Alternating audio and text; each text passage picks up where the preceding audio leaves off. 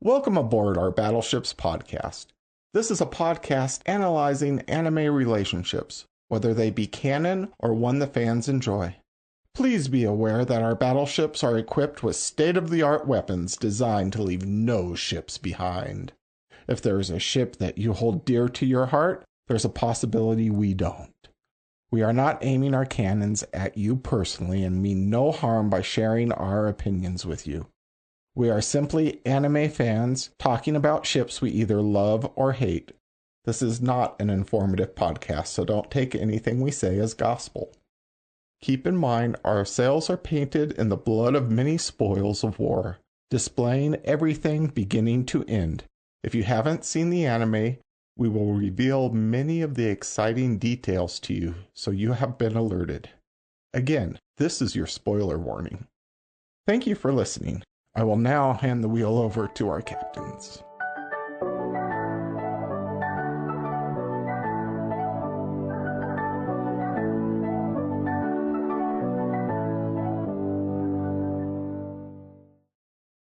Welcome to Battleships, Shipped or Sunk. We're anime fans discussing anime ships that we love or hate and come to the final decision. Do we ship the pairing or do we sink it with our cannons?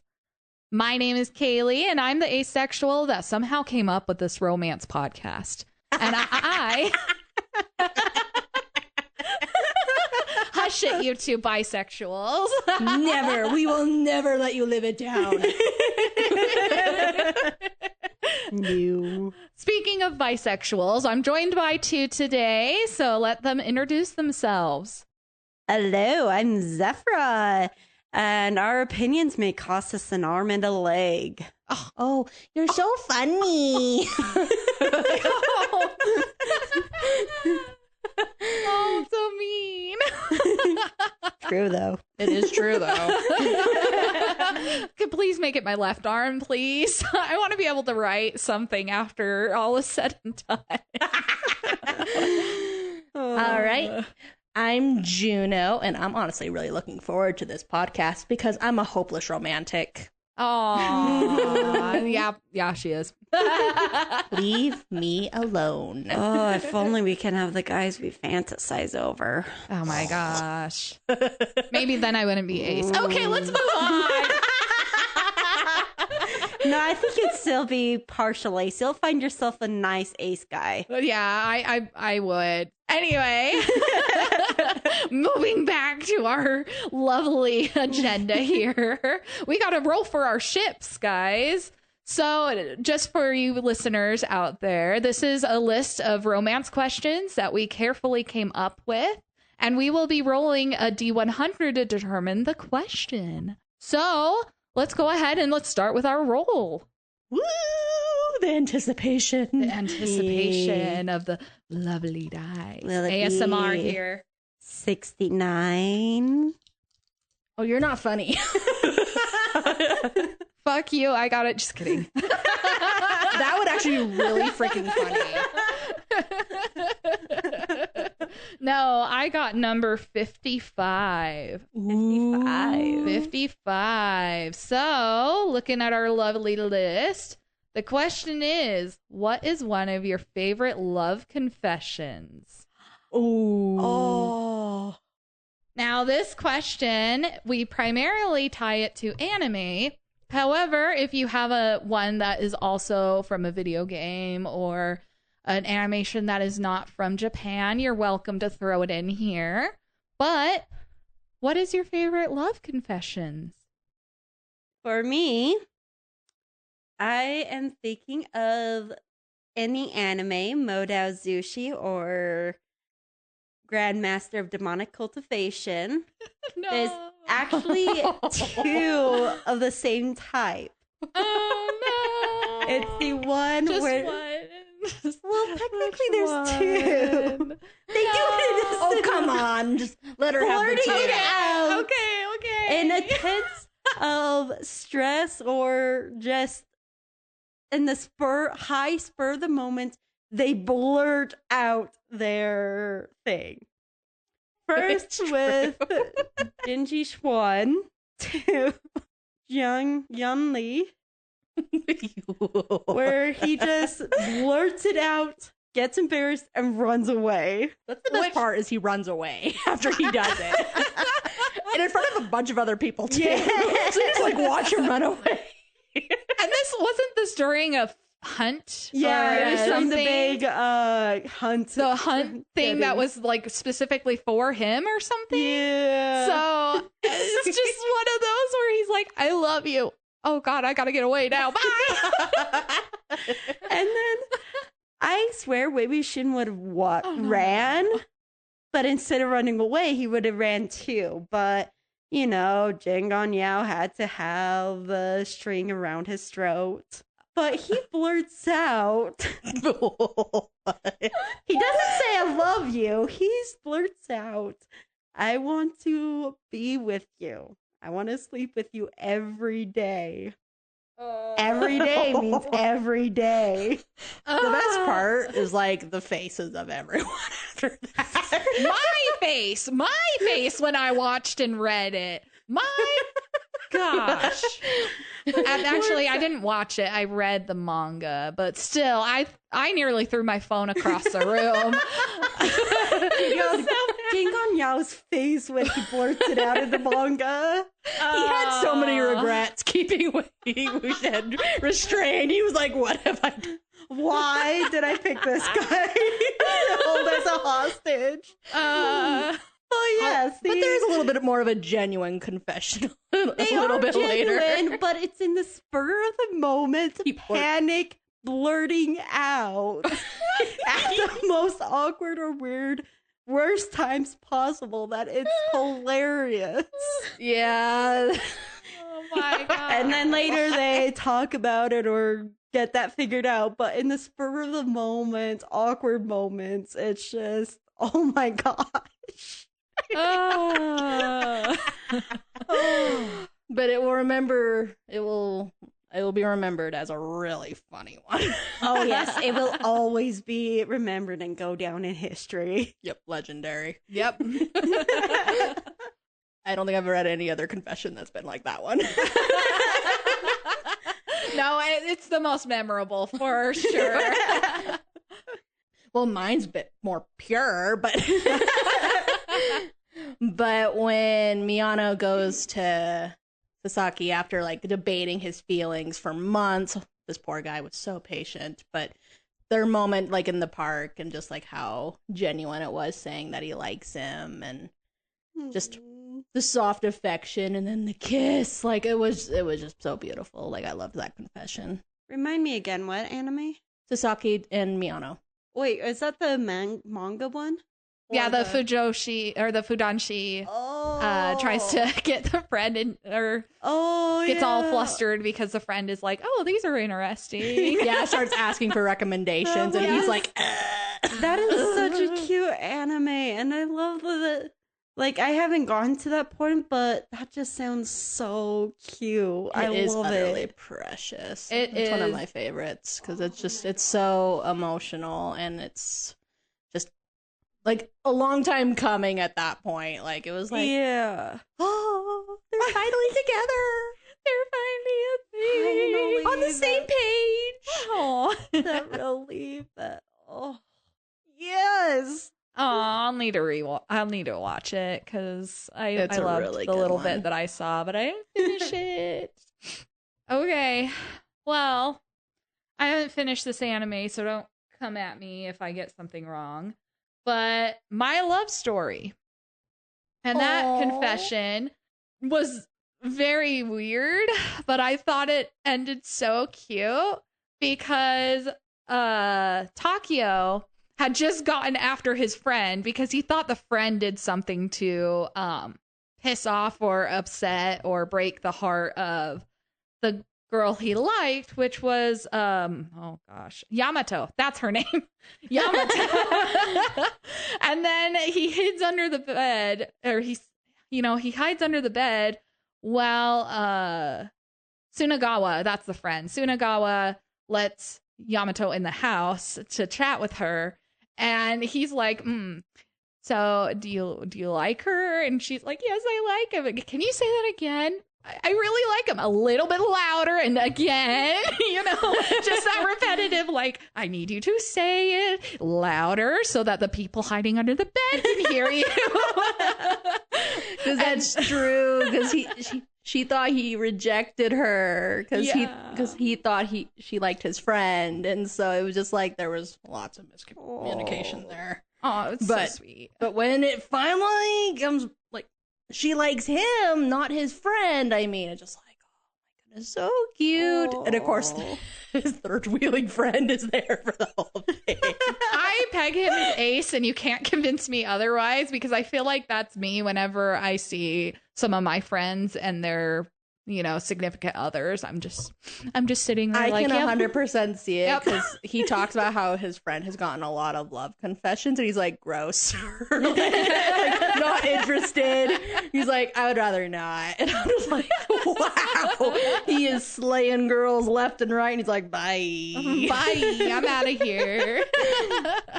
Good luck, buddy. But it's so cute how he's so supportive of his friend, though. He's like, she likes you. I'm gonna help. Like, he's all on board for it. So it's like, oh yeah. Oh. Well, and the fact that he, rejected so many girls because of just how cruel they were to him behind his back, I thought was so sweet too. Like, it was like, what a good friend. And then he finally finds a girl who's nice to him and is happy to throw him on a boat and sail him away.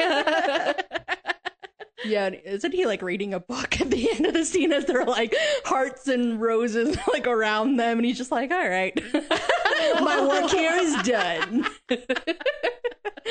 Oh my God, that glove confession was really cute. I loved it.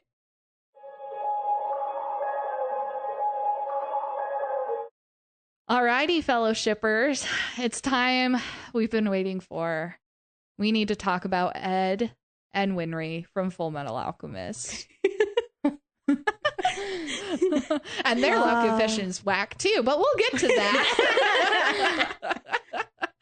So, what is your guys' first opinion when it comes to Edward and Winry as a couple? Anger management issues. It's like watching two volcanoes feed off each other, and then they explode, and then you're just like, all right, here we go. Imagine them both blowing up at something that's the same instead of each other, though. That would be very catastrophic. I don't know if they ever actually both blow up at the same individual in a more playful tone. If they do, that poor individual, no matter who they are. Yeah, it's like, run. Definitely run. You're going to get wrenches in your face, and heavens knows what Ed is going to throw at you, because it's different every time. It's true. You never know. It's just like, yeah, just get out of range, run for it. Probably get in a car. Yeah. No, you just have to run faster than Ed's short legs. Oh!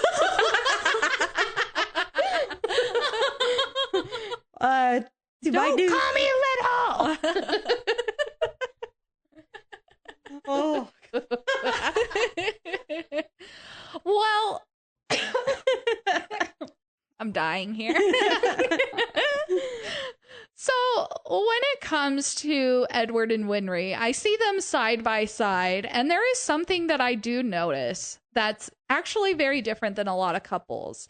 The fact that they have the same color hair, but they also have opposing color schemes. I don't know if any of you guys noticed that, but when I was watching, I thought it was interesting that, they're both cute little blonde-haired kids, or, teens by the time the end of the story. But Ed is almost always wearing black, and Winry has lighter pastels or white as her outfit. Did any of you guys notice that? I did, actually, yeah. And red and black for Ed, and then... Yeah, lighter colors for Winry. Yeah. And I thought it was interesting because there's a very common theme with relationships and couples, is that one of them is the light, happy, bubbly, you know, whether that's in personality or looks, and then the other one is dark emo, I'm grumpy, hiding in the corner because somebody called me short or something, you know. So no, Ed wouldn't be sitting in the corner grumpy. He would go fighting whoever and attacking whoever called him short. Yeah. So it's not exactly matching it, but their outfits definitely match that kind of idea, where one of them is light and, you know, they're a doctor, you know, they're meant to be healing people and helping people. And then there's Ed, who is the dog of the military, you know, that sort of scenario, I think is very interesting of a dynamic for a couple. But Ed never wants to kill. He may be dog of the military, but he never wants to kill. Mm-hmm. Yeah. And he fights, but he doesn't really have it in him to just hurt for no reason. He only fights when he needs to, really. Mm-hmm. Unless his temper gets his better of him. Until later. Yeah. There's not a lot of temper management in this guy. Okay, I should say when he's thinking and himself and not letting his temper get a control of himself, he fights, but he doesn't fight to kill or fight to hurt. He fights to protect or that.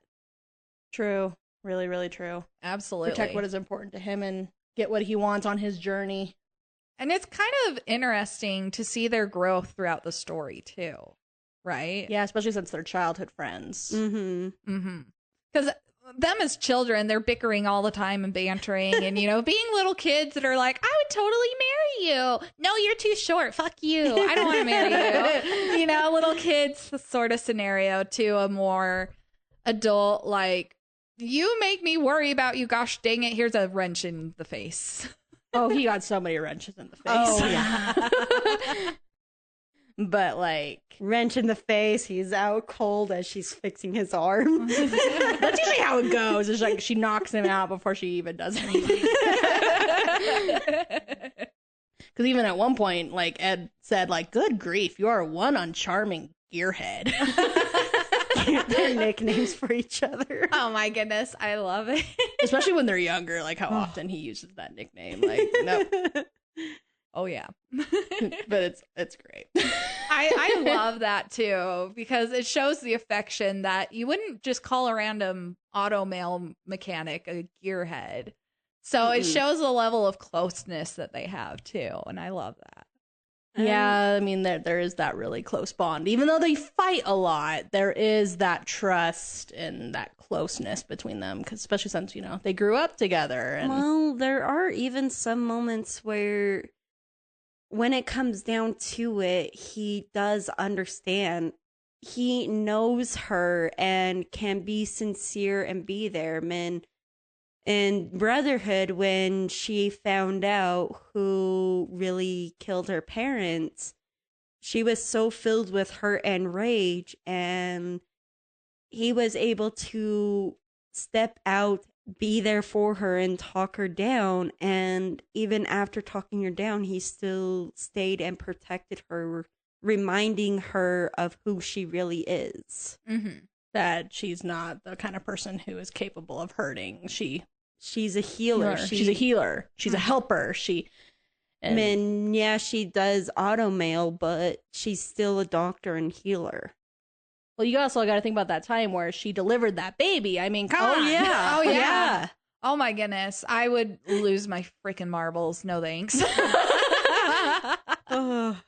But they're, as much as they fight and go at each other, there's still that, like, there's those tender moments of where they know each other and care for each other. Like, even that time where she got his watch and pried it open. And right when she realized what it was, it changed. Like, you could see how more serious she got about how important this really is.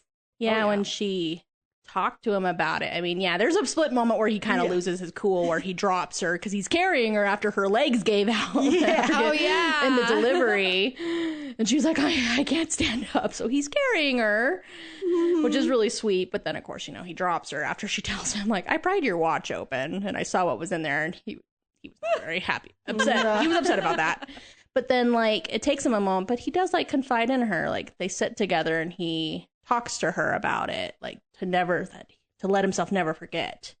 Yeah. And I'm just like, oh, like, there's that moment. Yeah. If you want to know another moment that's similar to that I didn't catch the first time I watched through, but this most recent time when I was rewatching, I caught, is actually the time where Edward and Alphonse, his younger brother, was fighting because Al thought that he was a created soul and wasn't, his little brother. And the fact that, Ed stormed out of the room when he was injured and so on. And Winry literally just like beat up Al and said, the fact that the secret he was trying to tell you was that he felt guilty or whatever it was. Yeah. Winry so knew. true. Winry knew that secret, but Al didn't. And I thought that was something that was very unique because that shows a level of depth that the two have that even the two brothers don't necessarily have. Oh, yes. Yeah, and, like, she's, like, so upset. Like, she's just sitting there, like, hitting her wrench over and over on his armor. And she's crying because she's so upset for the brothers at that point. Oh, And, yeah. like, and the fact that, she told him. And then, like, after he realizes, then she's just like, go after him, run. Like, and he's like, okay, It's like...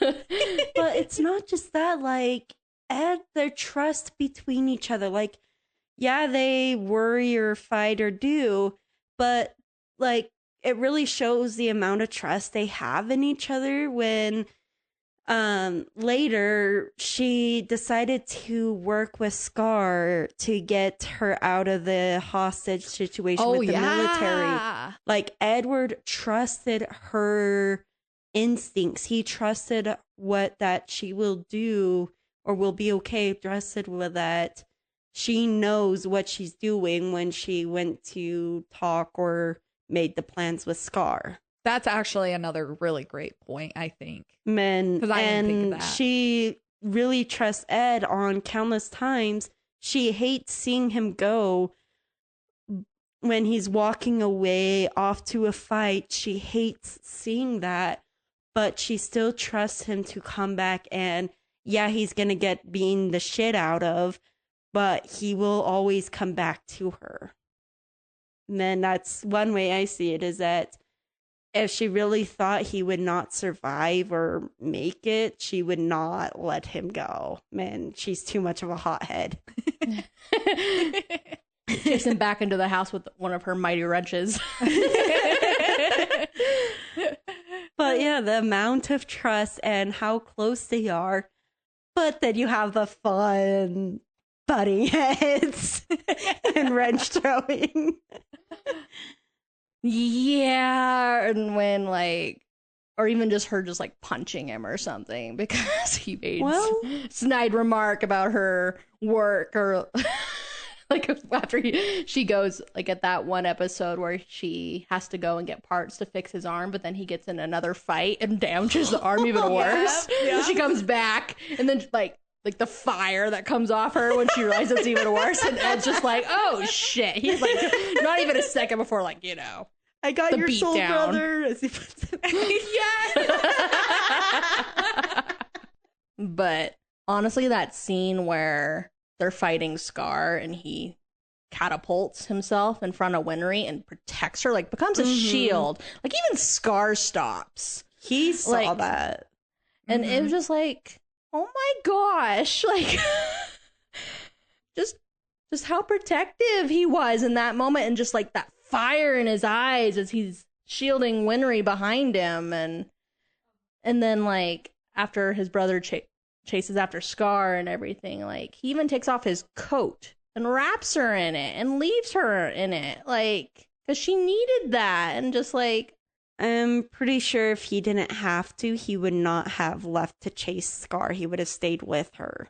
100%. But he waited until he got her somewhere with safe. people that was, gonna protect her Yeah. before he ran off. Unlike some other hot-headed characters who would just go straight after them and be like, oh, I'll go after him. You can just stay here and you'll be fine. Yeah, that's a great idea.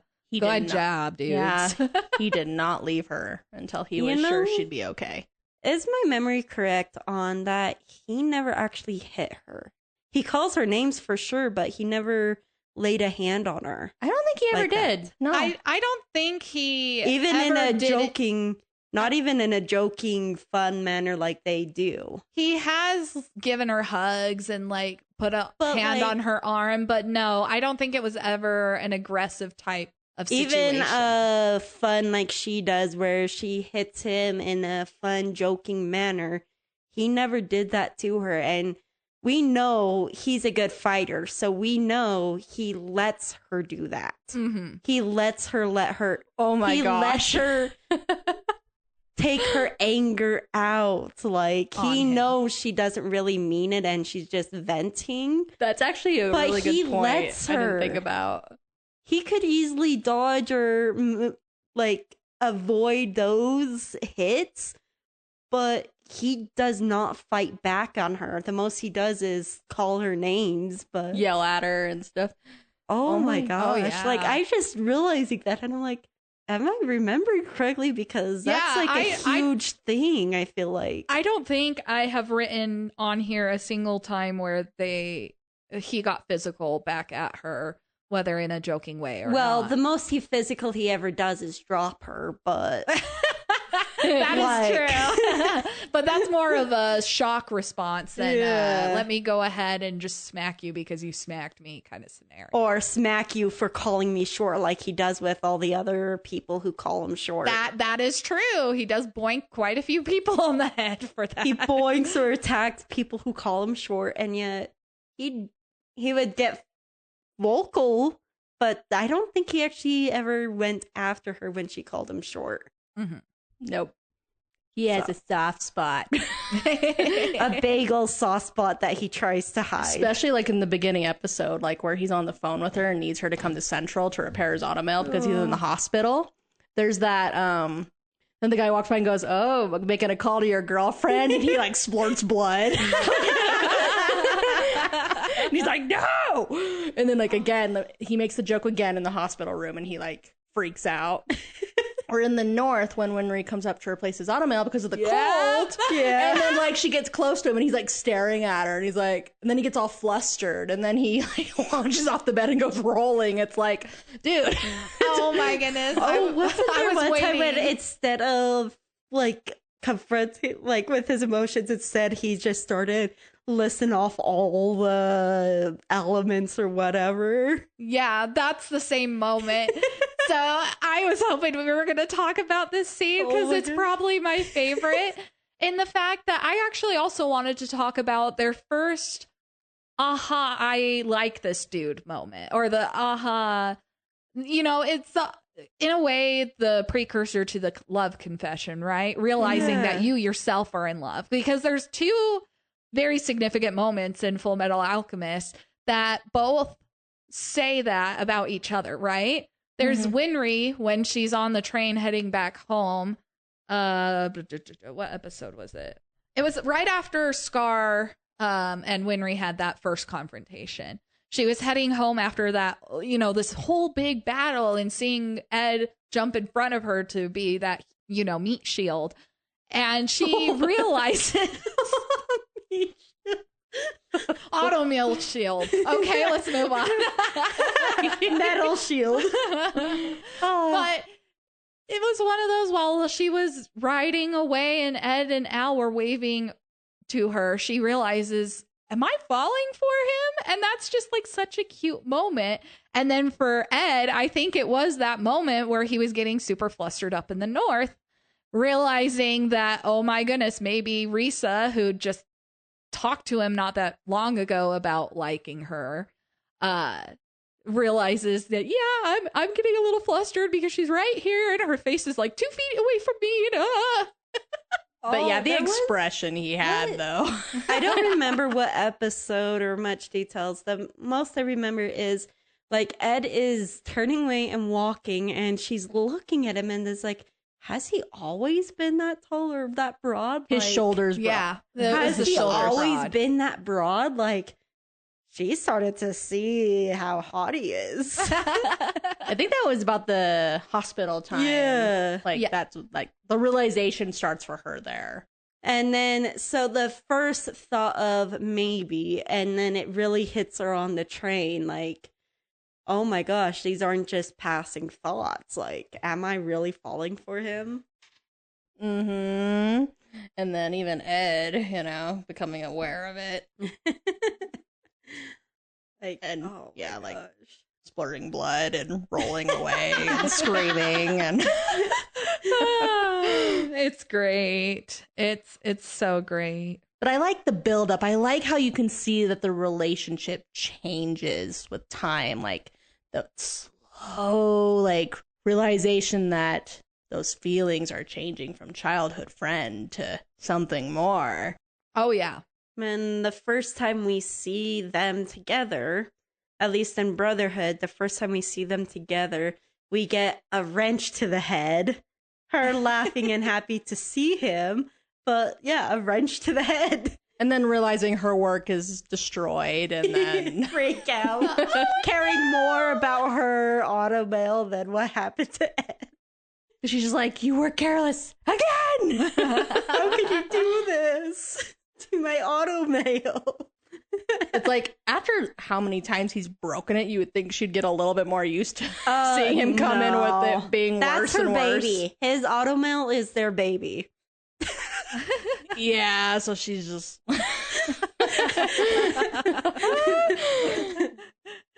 Yeah. No, I have to say that out of most romances and couples that I see throughout stories, I think the build up and, you know, the ending is so perfect for it. You know, with all of the things that happened in Fullmetal Alchemist, Brotherhood in specific, that just completely changed the entire thought process of the viewers too. Because as I was rewatching it, I knew to focus primarily on Ed and Winry, but I couldn't help but being swept away in the fact that the entire world was about to be a giant transmutation circle of death. And, True. So it's one of those where they tie it nicely with the plot of the story and the fact that as everybody is being, you know, killed or sacrificed for the big portal of truth sort of situation, the door of truth, the first thing that Winry thought was like, you know, is Ed doing okay, you know? And I think that's just such a cute thing. it is really cute, especially like because of their fight right before he leaves to like her telling him it's not like you to get discouraged. Yeah. And he's like, the odds are not stacked in my favor, that's for sure. May the odds be ever in your favor, which it's never. Yeah. but just like, and then in that scene too, you can really see how Ed has changed. Like he's broader, he's bigger, especially like in previous episodes. It's like you can actually see the aging. Oh, yeah. But I think that fight really kind of made him think too, because like right before he leaves to go with this big showdown with Father and everything, like he turns to her and he does say, bake us some apple pie and wait for us. Yeah. It's like, was she the encouragement he needed? The like it's not like you to get discouraged. And it's like, it's kind of true because he's always, you know, gone in head first, like, we got this. Mm-hmm. And that was kind of the first time he kind of was, or at least for me, kind of wavering, like unsure if he'd be able to do it, you know? I mean, he nearly died, you know, so that would probably change the man a little bit. And honestly, I do wish that they did talk a little bit more about that and the disappearance in the anime between the two of them. Because for a while there, Winry thought he was gone, like completely disappeared. I have to gone. admit, I'm actually kind of surprised she didn't like tackle him. Like, Yeah. oh my gosh, you're actually alive. Like, instead there was chaos of her scream because she walks in to change and and Ed's just sitting there eating a sandwich. Like, but the fact he was also in her room. Yeah. Like, He was definitely missing her. Hence why he said it was because to get away from the others, but he had to have been missing her. and that was one of the few times he didn't get the wrench to the head that everyone else did. Oh, that's true. That is fair, actually. Maybe that was her way of showing that she like was really severely worried about him. It wasn't an immediate wrench to the face. True, and that like the fact she let him stay in there after she chased everyone else out. Oh yeah. And then takes care of his auto mail as she always does, you know. She's always determined, she says, to do the best job she can, but it's also like you also want to fuss over Ed. Come on. Oh yeah. Oh my god. But yeah, just I love seeing the build up. It's so good. And the payoff is worth it. You know, so worth it. it's so worth it. That love confession, last episode, one of the last things we see. Oh my gosh. If someone confessed to me like that, you know what? I would melt a little bit more than a little. Although she's like, why do alchemists always do this? And he's like, what did you say? Of course, you still have to have their volcano explode. Yes, it's very sweet and cute and that, but you gotta have the volcano. They're volcanoes. But like the fact he was trying so hard, it took him a good moment to get to that point. Like, okay, I can do this. I can do this. And his face was getting all red. And but he manages to do it. And then she just like stares at him for like, and like she understands is what is like so cute to me is like that inhale of like, you know. And it was funny because she just automatically jumped straight to like, why do I have to give you half of my life when I could just give you a full 100%? Like, that's what I'll do. And then they pause for a minute and both realize what they just said. I think that's so fun because they didn't stop to think about it. They already had their mind set. Obviously, Ed had to make the first step, so he hesitated a little, but Winry didn't even miss a beat, man. She just immediately was Spur of the moment confessions. Come on. Just her telling him, I will give you all of it. And then, of course, she, gets flustered. And then the panic. And then, of course, Edward just has to laugh because he's... No, is that too much? Maybe 3/4. No, that seems too little. And just like this whole thing about it. Like, she's literally going over the percentages. Like, what should I do? Instead of like all of it. Maybe like I should make it a little bit less. I just made a correlation. That is very similar to the periodic table incident. You know, when they got flustered, they start spewing off random things, whether that's percentages or the periodic table. It's a pattern. I found it. You guys should be proud of me. I think she got that from him. Probably. And then she's like, are you laughing at me? He's like, no, you just turned it on its butt so easily. Oh, it was so good. And then, of course, we get to see the happy family at the after credits. And what I would give for a spin-off series to just see how the family is. Even if it's just one episode. And the fact his kid has his grin. Yes. Like, oh man, now we have mini little Edward. I want him to be short and refuse to drink. No, he drinks all the milk and he's still short. I want that to happen.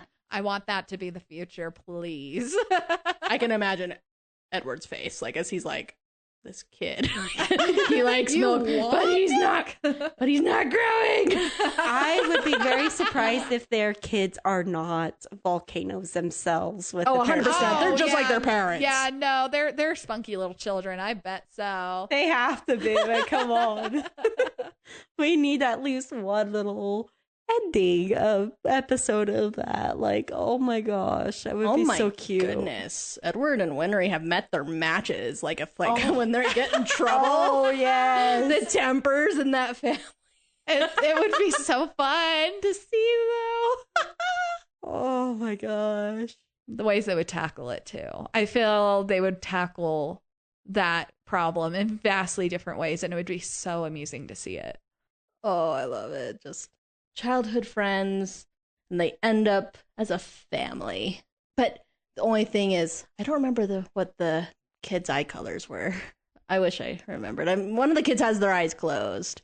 But it's like, oh, did they get their dad's eyes or their mommy's eyes? That's a good question. I think they're adorable. So Ed and Winry both have blonde hair. What were their eye colors again? Ed had gold eyes and Winry had blue. That's right. How could I forget? Winry had really pretty eyes. I loved the shade of blue they were. That's right. It seems hazel. It looks like a hazily color. Like a mix of mom and dad.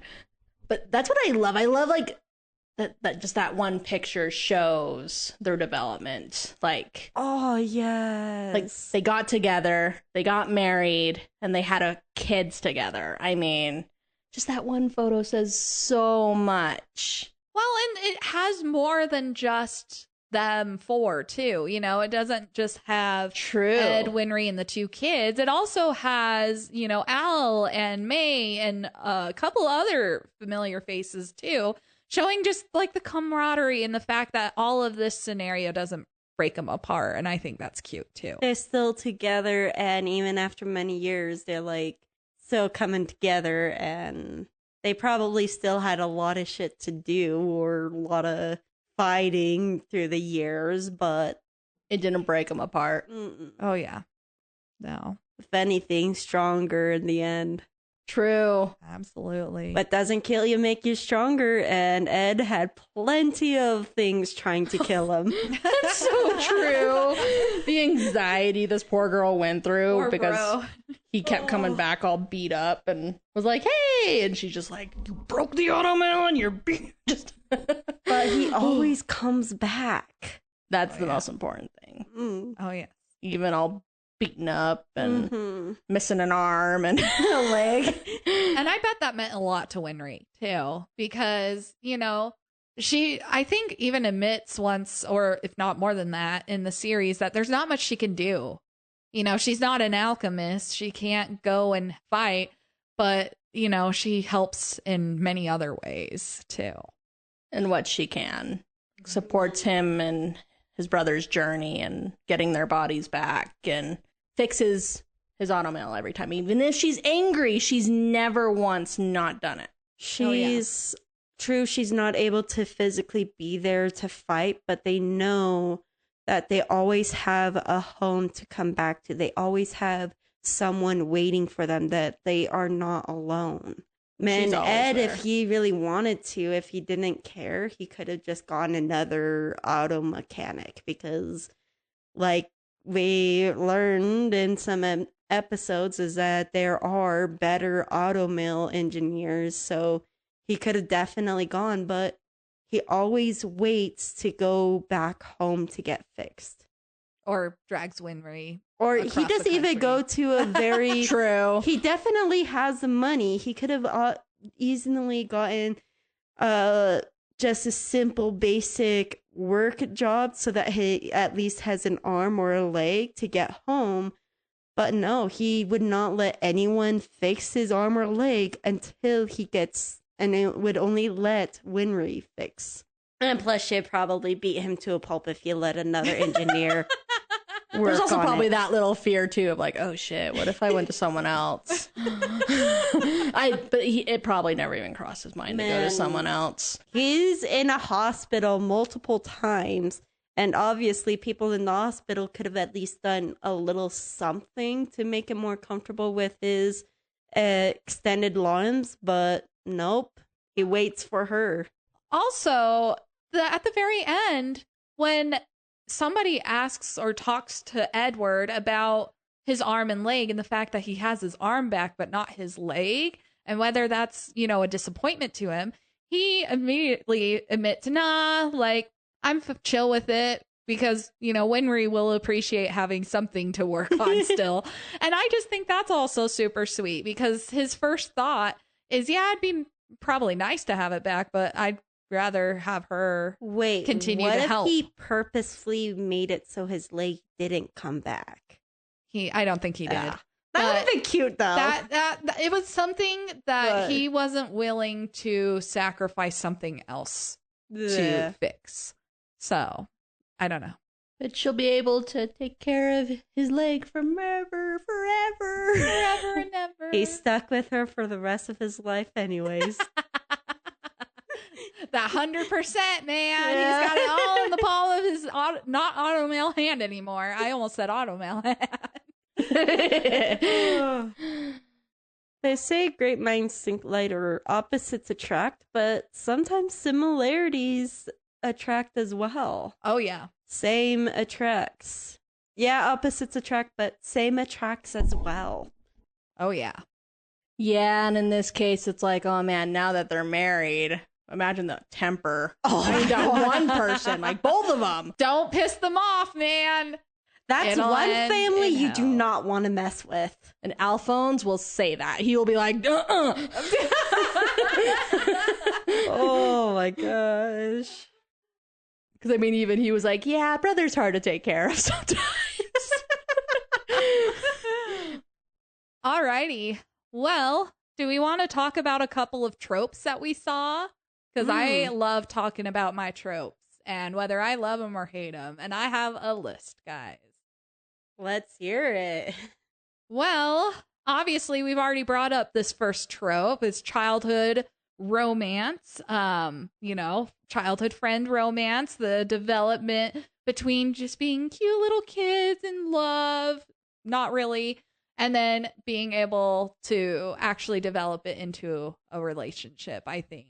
Is Childhood friends to lovers. Yep. That whole spiel, because it's definitely a trope out there that you kind of only see on occasion. I actually don't see it as often as I feel like deserves, because I think it's cute.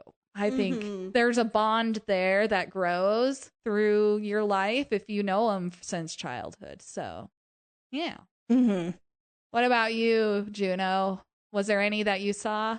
I feel really bad to admit this, but I kind of forgot to look up the tropes. Same. You guys are terrible. Raising my hand in shame. I did think of one earlier. The long denial thing.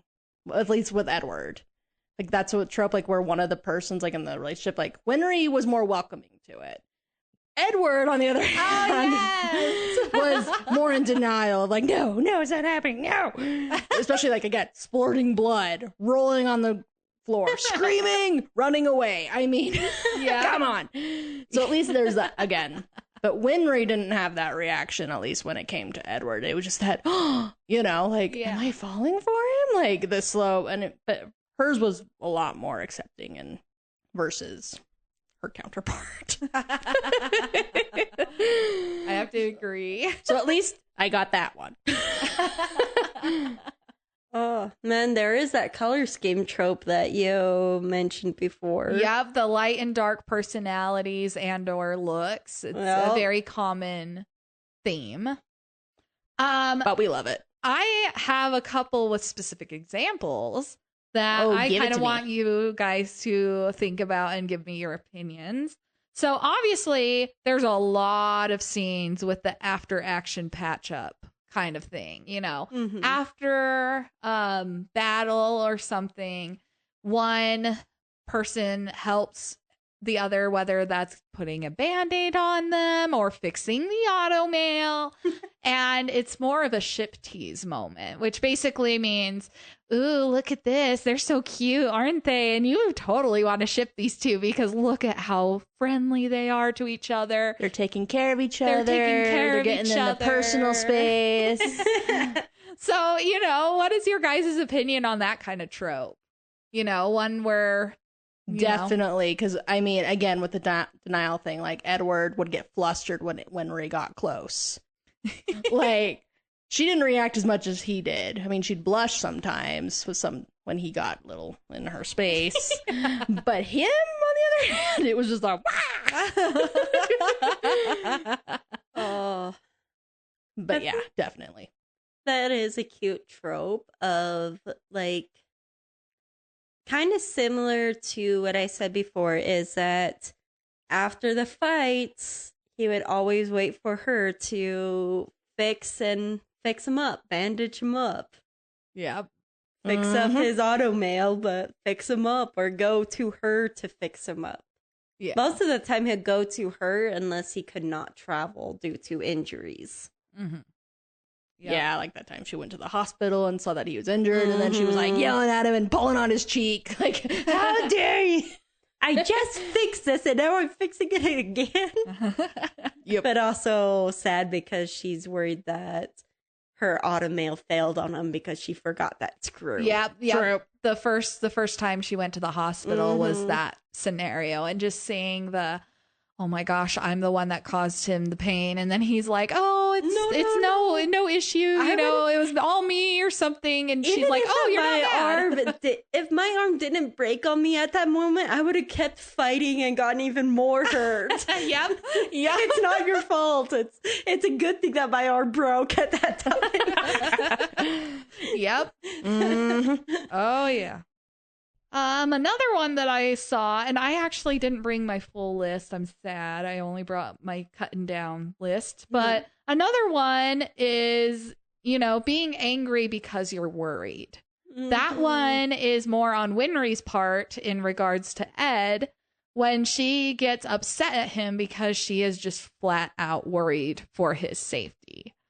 Oh yeah, definitely. We see it a ton, numerous occasions.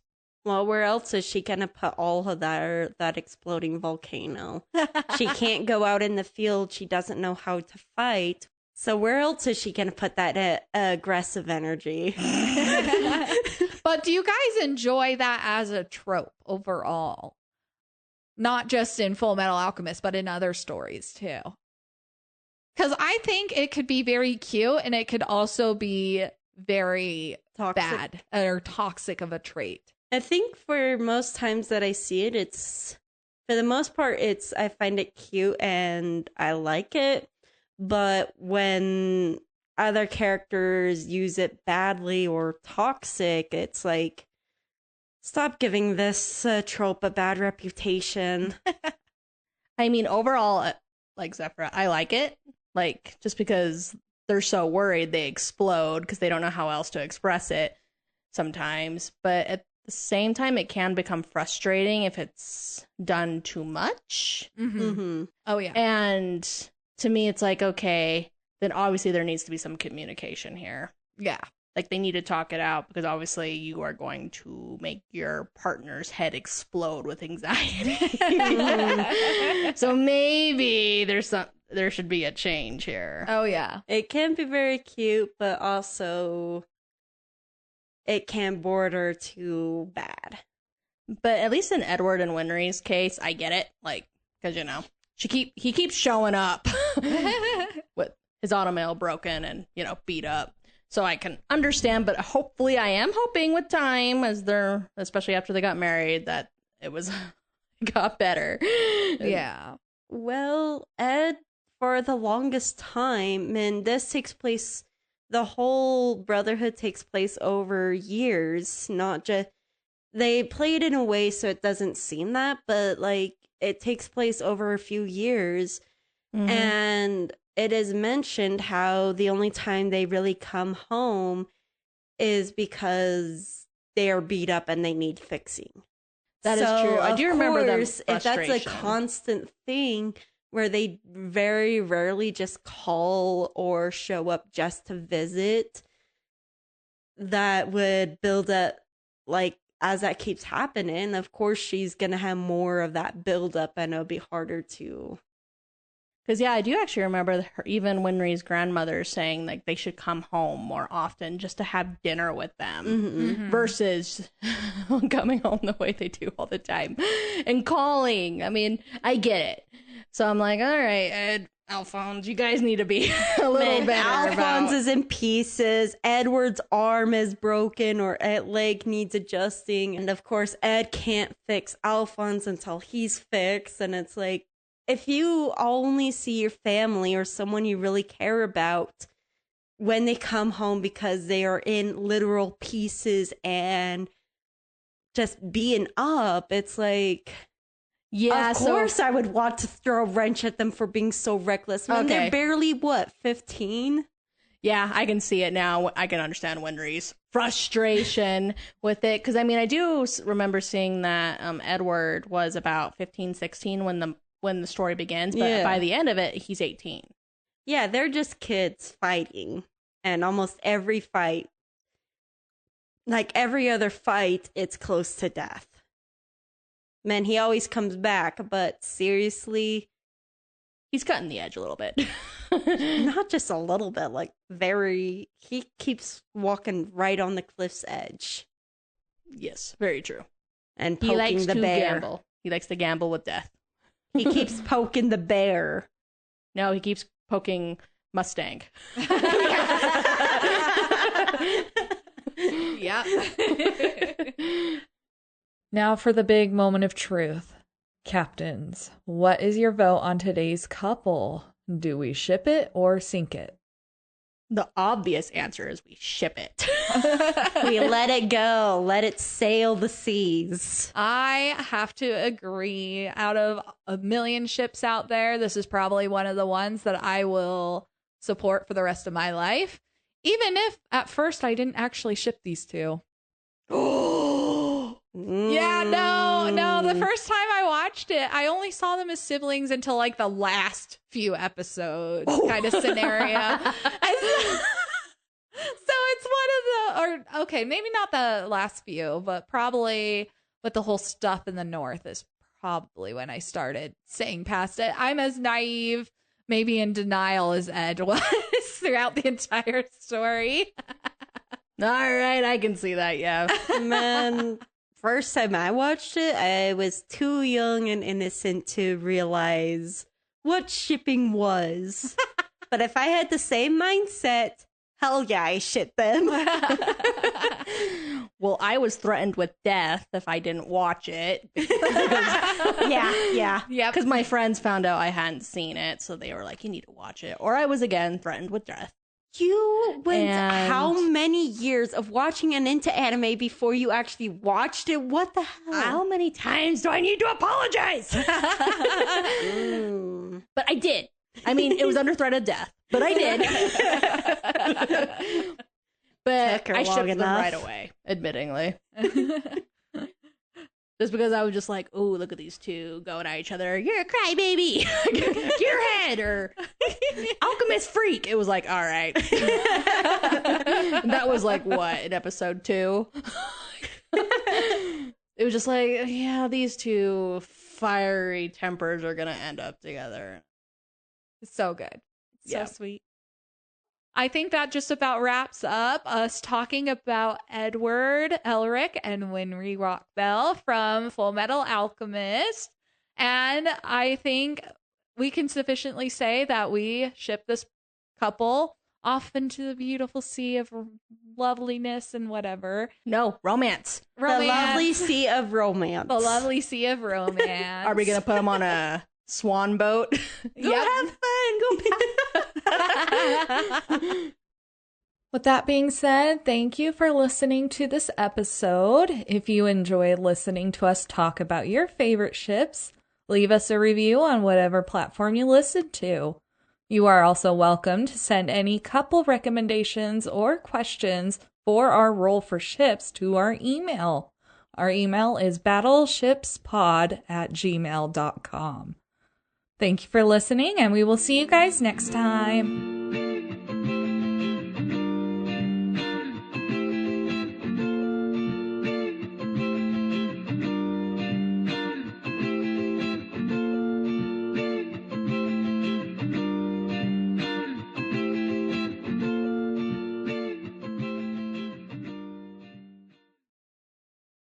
Next time, Episode 2, Kiyosoma and Toru Honda from Fruits Basket.